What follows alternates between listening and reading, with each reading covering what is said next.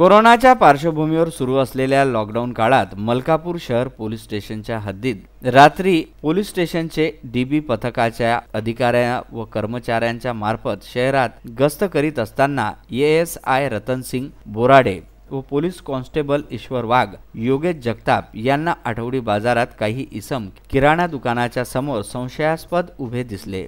पोलिसांची चाहूल लागताच ते इसम पळायला लागले तेव्हा दोन्ही पोलिसांना दुकानाचे शटर उघडे दिसले म्हणून पोलिसांनी त्या चोरांचा पाठलाग केला। पोलीस कॉन्स्टेबल ईश्वर वाघ यांनी एका इसमास पकडले तेव्हा त्याने पोलीस कॉन्स्टेबल यांच्या सोबत झटापटी केली तेव्हा एएसआय बोराडे व योगेश जगताप यांनी तात्काळ मदत करून त्या इसमास जागीच पकडले। त्याचे नाव राजिक शाह रफिक शाह, वय वर्ष 22, राहणार पांढरी प्लॉट पारपेट मलकापूर असे आहे। त्याच्यावर विविध कलमान्वये गुन्हा नोंदवून पुढील तपास सुरू केला आहे।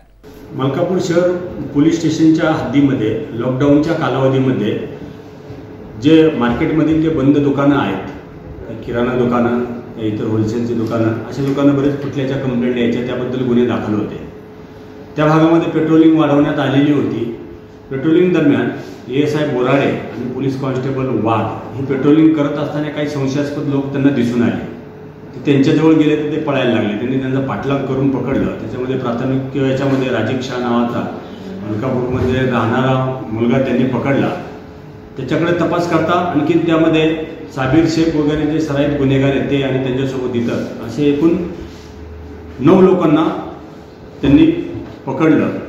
त्याच्यामध्ये एपीआय गुट्टे, त्याचप्रमाणे त्यांची जी टीम आहे पूर्ण पथकाने एकूण 9 लोकांना पकडलं। 9 लोकांकडून एकूण 3,70,000 रुपयाचा माल हस्तगत केलेला आहे।